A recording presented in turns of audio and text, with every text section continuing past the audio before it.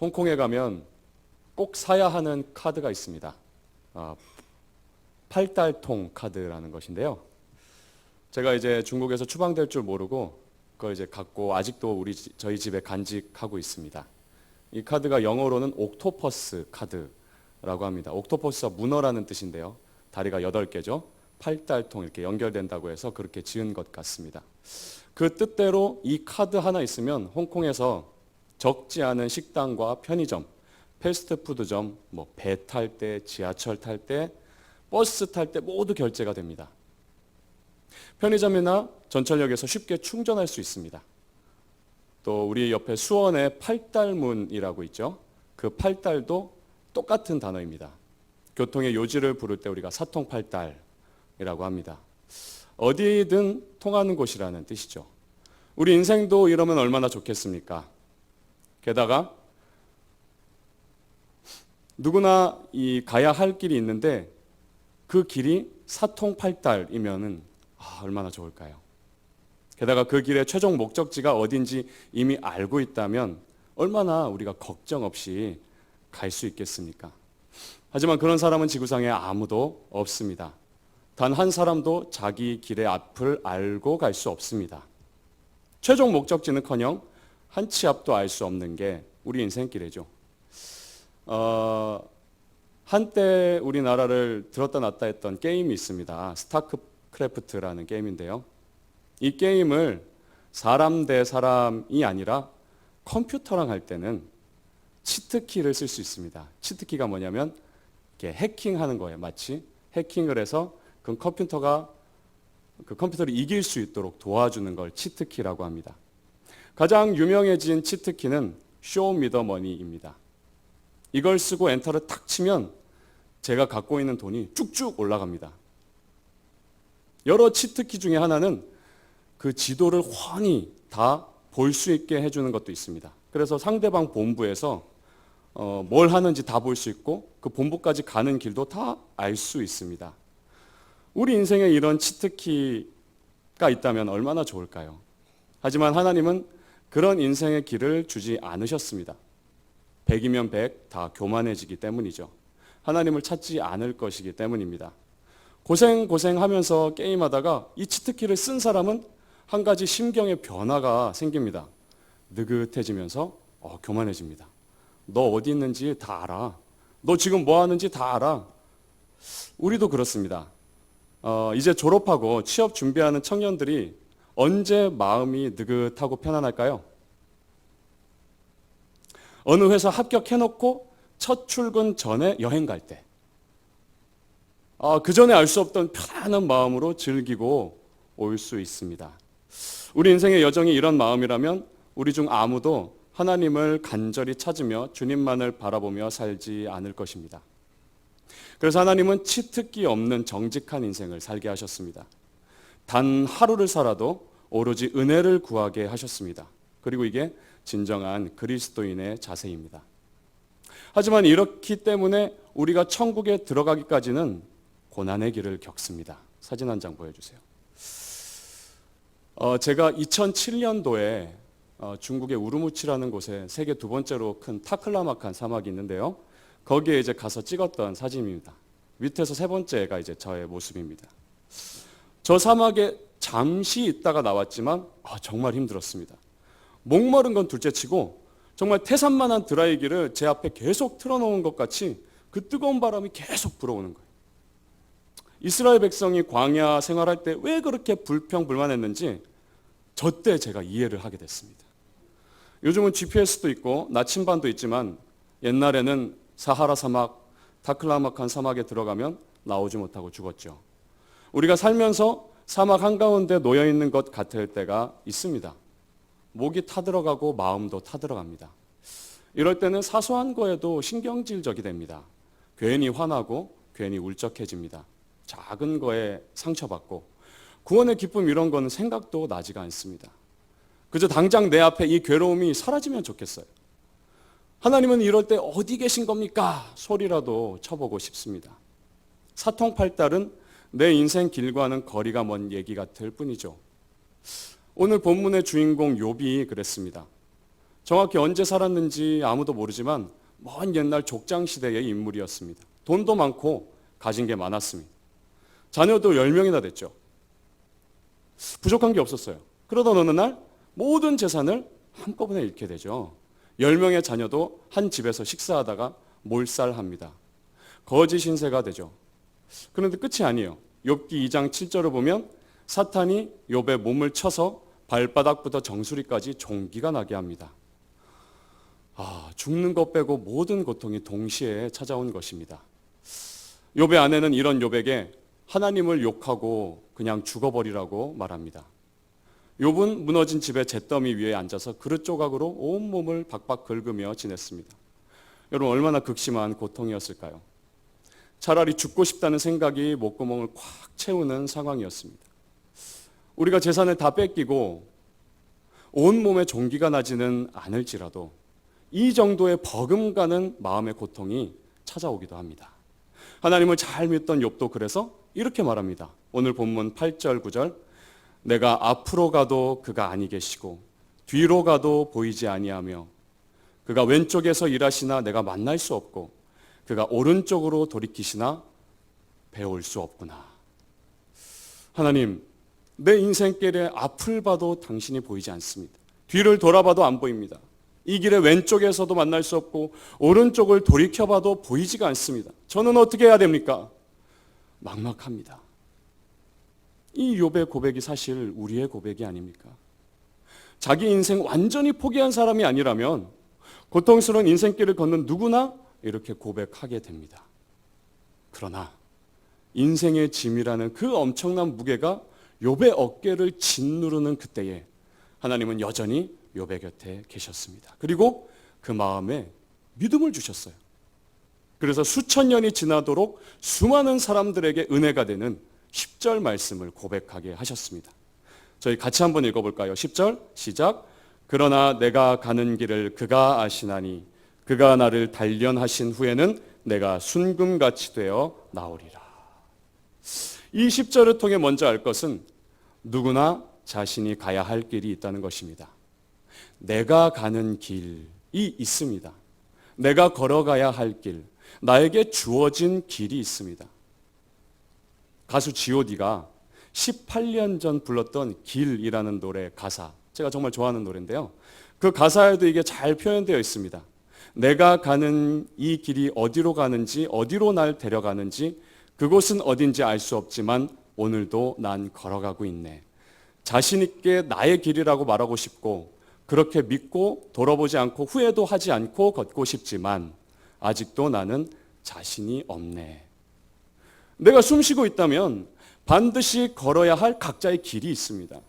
욥에게 엄청난 고통의 시간이 닥쳐왔지만 자기 인생을 포기하지 않았어요. 그래서 내가 가는 길이라고 말하고 있습니다. 그런데 욥은 여기에 뒤이어 굉장히 중요한 선언을 합니다. 내가 가는 길을 그가 아시나니. 개정되기 전 개역 한글 성경은 이렇게 번역했어요. 나의 가는 길을 오직 그가 아시나니. 욥이 믿음으로 다시 하나님을 붙잡을 수 있었던 것은 이 인생길 나는 모르지만 오직 하나님은 아시기 때문입니다. 하나님은 내 인생을 창조하신 분이요, 내 인생을 주관하시는 분이요, 내 인생 길마저 창조하신 분입니다. 그래서 비록 내 눈으로 볼 때는 내 앞길이 깜깜하고 도대체 왜 이런 어려움이 자꾸 날 찾아오는지 힘들어 미칠 지경이지만 내가 가는 이 길 오직 그가 아신다. 그래서 이 길 어떻게 걸어가야 할지 몰라 눈물마저 날 때 하나님을 믿고 붙잡도록 하십니다. 어떤 기계에 대해 아무리 많은 기술자가 있어도 그 기계를 만든 사람만큼 잘 알지는 못합니다. 우리 인생을 창조하고 만드신 분은 오직 하나님입니다. 내 인생길 조언 듣고 싶어서 한국의 수많은 이 교인분들이 점집을 찾아가고 대학생들은 타로 카드 점을 많이 본다지만 오직 하나님만이 아십니다. 그리고 자기 아들을 통해 그 길을 우리에게 분명히 보여주셨습니다. 아까 대표 기도하실 때도 말씀하셨는데요. 요한복음 14장 6절 예수께서 가라사대 내가 곧 길이요 진리요 생명이니 나로 말미암지 않고는 아버지께로 올 자가 없느니라. 우리 설린 성도 여러분, 사통팔달이 아니라 우왕좌왕하고 물에 떠내려가는 나뭇잎처럼 이리저리 흔들리는 우리에게 예수께서 길이 되셨습니다. 예수를 내 구원자로 믿을 때 그분은 내 구원의 길이 되시고 행복의 길이 되시고 내 인생길의 등불이 되시고 모든 죄에서 자유를 얻는 길이 되십니다. 내가 뭘 위해 살아야 될지 모를 때 오직 예수만이 방향이 되어주십니다. 가끔 큰 아들이 자려고 옆에 누워서 말합니다. 아, 정말 내가 누군지 모르겠어. 난 누구지? 도대체 내가 누구고 왜 태어났고 뭘 위해 사는지 이게 이 고민이더라고요. 모를 때, 이제 8살입니다. 이걸 모를 때 어깨가 축 처집니다. 하지만 길이요 진리요 생명이신 예수께서 우리의 길이 되셨습니다. 예수 안에서만 열공하고 열일하는 목적이 있습니다. 여러분, 다른 곳엔 길이 없습니다. 어떤 산을 오를 때 여러 갈래의 등산길이 있잖아요. 하지만 우리가 가야 할 길은 오직 하나, 예수께서 만드신 생명의 길입니다. 지금 여러분이 가는 인생길 때문에 두려우시다면 그 길을 만들고 가장 잘 아시는 하나님께 돌아오십시오. 우리에게 구원의 길이 되신 예수를 믿고 붙잡으십시오. 그분이 반드시 책임지십니다. 그런데 욥의 고백은 여기서 끝나지 않습니다. 내가 가는 길을 아시는 주님은 우리의 인생길을 이렇게 인도하십니다. 10절 다시 보시면 그가 나를 단련하신 후에는 내가 순금, 정금같이 되어 나오리라. 여기서 단련하다는 것은 마치 이 제철소에서 철광석을 녹여 철을 뽑아낸다는 뜻입니다. 금광석을 녹여 금을 뽑아낸다는 단어입니다. 사진 하나 보여주세요. 놀라운 것은 분명 욥은 고통스러운 상황인데 그걸 고통이라 하지 않고 단련이라고 말한다는 것이에요. 분명 고통스러운 상황을 겪고 있는데 우리의 갈 길을 아는 하나님은 때로 힘든 일도 겪게 하시는데 그게 흉터만 남는 고통의 시간이 아니라는 것입니다. 바로 나를 재련하고 단련하시는 시간입니다. 수천도의 뜨거운 과정을 통과해야만 순금을 얻게 되듯이 이 도망쳐버리고 싶은 그 뜨거운 고통, 뜨거운 어려움을 통과해야만 나라는 인생이 순금같이 나올 것을 욥은 믿음으로 바라봤습니다. 예레미야 선지자는 이렇게 선언하죠. 예레미야 29장 11절 나 여호와가 말하노라 너희를 향한 나의 생각은 내가 아나니 재앙이 아니라 곧 평안이요 너희 장래에 소망을 주려 하는 생각이라. 우리가 그렇게 알고 싶어하는 하나님의 생각을 여기서 직접 얘기하셨어요. 너희를 향한 내 생각은 재앙이 아니다. 평안이요 너희 장래에 소망을 주려 하는 생각이라. 우리가 하나님의 생각과 계획을 다 알 수는 없지만 분명한 것은 우리가 뭐 잘못했다고 저주하고 벌 내리시는 게 전혀 아니라는 것입니다. 예수 그리스도의 십자가를 통해 평안을 주고 장래에 소망을 주시는 게 하나님의 계획이고 마음입니다. 작년 11월에 저희 집에 나름 큰 사건이 있었습니다. 유은혁 집사님 계신가요? 안 계신가요? 3주 전부터 둘째 아들 눈에 다래끼가 생겼어요. 흥덕 중심상가에 우리 유 집사님 일하시는 그 안과에 데려갔습니다. 약을 처방받고 계속 먹고 눈에 막 넣었습니다. 그런데 3주가 되도록 없어지지 않고 점점 커지는 것이었어요. 아, 이거 이러다가 수술해야 되는 거 아닌가. 뭐 큰 수술은 아니죠. 잠깐 이렇게 시술인데 주변에서 들어봤더니 3살짜리 아기가 이 다래끼 때문에 수면 마취 수술을 했다고 이제 들었습니다. 그때 이제 만 4살이 안 됐을 때니까요. 이 어린 나이에 프로포폴 먹고 수술해야 되나 걱정이 됐습니다. 제가 제 자신이 전신 마취로 8시간, 수면 마취로 3시간 수술을 해봐서 더 걱정이 된 것 같아요. 어느 날 아침에 이제 아들을 데리고 안과에 가는 길에 말했습니다. 은규야, 수술하게 될 수도 있어. 하지만 그날 당장 수술하게 될지는 저도 몰랐습니다. 근데 의사분이 이제 보시더니 곧바로 이제 수술하자고 하시는 거예요. 제 마음이 그때 더 힘들었던 건 수면 마취가 아니라 국소 마취로 한다는 것입니다. 수면 마취는 저 아주대병원 이런 데 가야 할 수 있다고 하더라고요. 국소 마취로 한다는 것입니다. 눈을 째고 고름을 짜내는 고통은 어른도 참기 힘든데 이 어린 게 잘 버틸까 걱정이 앞섰습니다. 사실 이제 수술대에 아들이 누웠습니다. 아들 표정이 이제 점점 어두워지고 그 위에 제가 누워서 팔을 붙잡고 엎드렸어요. 몸이 이제 못 움직이도록 하는 것이죠. 저도 이제 보지 말라고, 저도 못 보고 고개를 돌리고 있으라고 하더라고요. 먼저 이제 마취 주사를 놨는지 아들 몸에 갑자기 힘이 쫙 들어갔습니다. 거기까지는 얘가 버텼습니다. 그런데 본격적으로 고름을 짜내자 막 온몸을 비틀면서 고래고래 막 소리를 질렀습니다. 그 병원이 있는 5층이 다 울릴 정도로 고통을 막 쏟아지면서 누군 하지 마! 뭐 엄청 소리를 치고 엄청 울었습니다. 다 끝나고 아들 얼굴을 봤어요. 피가 이제 눈에서 많이 나고 있었습니다. 너무 마음이 제가 아팠습니다. 차라리 내가 수술 받았으면 하는 마음이었습니다. 병원에서 집에 오는 내내 제 품에서 울었습니다. 그러면서 제가 이런 생각이 들었어요.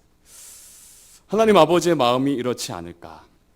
때로 우리를 단련하시고 연단하면서 그 시간 고통스러워하는 우리를 꽉 잡아주시고 견뎌내고 감내할 수 있도록 도와주시면서 차라리 내가 너 대신 겪었으면 하는 마음으로 마음 아파하시는 게 바로 하나님의 마음입니다.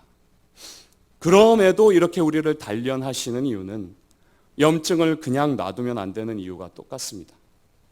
비록 아파도 그 염증, 고름을 긁어내야 건강한 눈, 건강한 몸으로 회복되듯이 예수 십자가로 구원받았지만 염증처럼 조금씩 차오르는 교만과 질투와 사랑 없는 영적 고름을 짜내면서 우리가 순금처럼 정금처럼 되도록 하는 것입니다.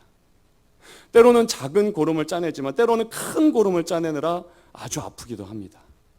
그럼에도 내가 가는 그 길에서 감사할 수 있는 것은 그 길의 곳곳에 하나님의 은혜가 피할 길을 열어주기 때문입니다. 고린도전서 10장 13절 사람이 감당할 시험 밖에는 너희가 당한 것이 없나니 오직 하나님은 미쁘사 너희가 감당하지 못할 시험 당함을 허락하지 아니하시고 시험 당할 즈음에 또한 피할 길을 내사 너희로 능히 감당하게 하시느니라. 여러분 이 말씀을 꼭 믿으시기 바랍니다. 우리를 단련하시고 시험하시지만 감당 못할 시험을 주지는 않으십니다. 그리고 피할 길을 내셔서 그 단련의 과정을 잘 통과하도록 하십니다. 금을 재련할 때 무조건 높은 온도라고 좋은 게 아닙니다. 그 금이 불순물 없이 나오는 온도가 있습니다. 그 온도를 맞춰야 합니다. 하나님은 우리 가는 길에 우리를 연단하실 때에 너무 뜨거워 감당할 수 없도록 하지 않으세요. 내가 단련해서 고쳐야 할 안 좋은 습관이 있다면 그 습관을 깨닫고 고칠 정도로 온도를 조절하십니다. 내가 사람을 대할 때 고쳐야 할 마음가짐이 있다면 그걸 고칠 정도로 온도를 조절하십니다. 내가 남 모르는 안 좋은 습관이 있다면 그걸 고칠 때까지 계속 뜨거운 열을 가하십니다. 고쳐질 때까지 그 온도를 낮추지 않으십니다. 그래서 평생의 단련을 통해 우리가 점점 하나님 나라 백성다운 정금 같은 모습으로 재련되도록 인생 길을 이끌어 가십니다. 그래서 우리는 그 길에서 감사할 수 있는 것입니다. 우리가 주 예수를 믿기 전까지는 마치 까만 상자를 얼굴에 뒤집어 쓴 사람이었습니다. 온통 깜깜해서 인생길 어디로 가야 할지 몰랐습니다. 하지만 이제 주 예수를 믿고 거듭났습니다. 생명의 길이 열렸습니다. 구원의 문, 곧 천국 문이 열렸습니다. 이 땅에 살면서도 오로지 예수께서 가신 그 길을 따라가는 것이 그리스도의 삶입니다. 그리스도인의 삶입니다. 물론 좁은 길입니다. 세상 욕심을 버려야 하기에 좁은 길이고 말씀대로 살아야 하기에 좁은 길입니다. 내 욕심과 정욕을 부인하고 주를 따라야 하기에 좁은 길입니다. 그러나 그 길에서 감사할 수 있는 것은 우리에게 디도서 2장 11에서 13절 말씀을 주셨기 때문입니다. 모든 사람에게 구원을 주시는 하나님의 은혜가 나타나 우리를 양육하시되 경건하지 않은 것과 이 세상 정욕을 다 버리고 신중함과 의로움과 경건함으로 이 세상에 살고 복스러운 소망과 우리의 크신 하나님 구주 예수 그리스도의 영광이 나타나심을 기다리게 하셨으니 우리가 걷는 그 길에 하나님의 은혜가 있을 것입니다. 그리고 우리 아버지 되신 하나님이 우리를 그 길에서 양육하실 것입니다. 저 양육이라는 단어는 돌보고 먹이고 가르치신다는 뜻입니다. 너 혼자 외롭고 쓸쓸하게 걸어가라고 하지 않으십니다. 우리를 양육하십니다. 돌보시고 가르치십니다. 그래서 먼지같이 허무한 인생이 아니라 신중하고 의롭고 경건함에 살며 다시 오실 예수를 기다리게 하십니다. 그러므로 여러분, 우리의 가는 길을 멈추지 맙시다. 비록 멈추게 하려는 여러 고통과 유혹이 있더라도 다시 여러분 믿음의 걸음을 옮기시기 바랍니다. 오늘 본문은 분명히 말합니다. 그가 나를 단련하신 후에는 반드시 그 후가 있다는 것입니다. 이 길의 끝이 있다는 것입니다. 이 길의 끝에서 영광스러운 주님이 두 팔을 벌려 우리를 안아주실 것입니다. 그리고 이미 걸음걸음마다 우리 곁에서 이 말씀을 외치고 계십니다. 로마서 8장 18절 생각건대 현재의 고난은 장차 우리에게 나타날 영광과 좋게 비교할 수 없도다. 아멘. 기도하시겠습니다. 하나님 아버지, 우리가 걸어가는 그 길에서 고통과 원망과 불평과 좌절과 낙담이 아니라 감사할 수 있는 것은 아버지 하나님, 주께서 우리의 길을 인도하시고 주께서 우리의 길의 주관과 섭리자가 되셔서 이미 하나님 가장 선한 길로 예비하시고 우리를 이끄실 줄을 우리가 믿기 때문입니다. 우리가 길을 몰라 방황할 때 우리는 죽은 영혼이었습니다. 그러나 예수 그리스도의 십자가를 통해 우리가 거듭났고 부활의 영광에 참여하게 되었습니다. 하나님, 이제는 예수께서 우리의 길과 진리와 생명이 되셨기에 하나님, 우리는 두려워하지 않고 다시금 믿음의 걸음을 옮기고자 합니다.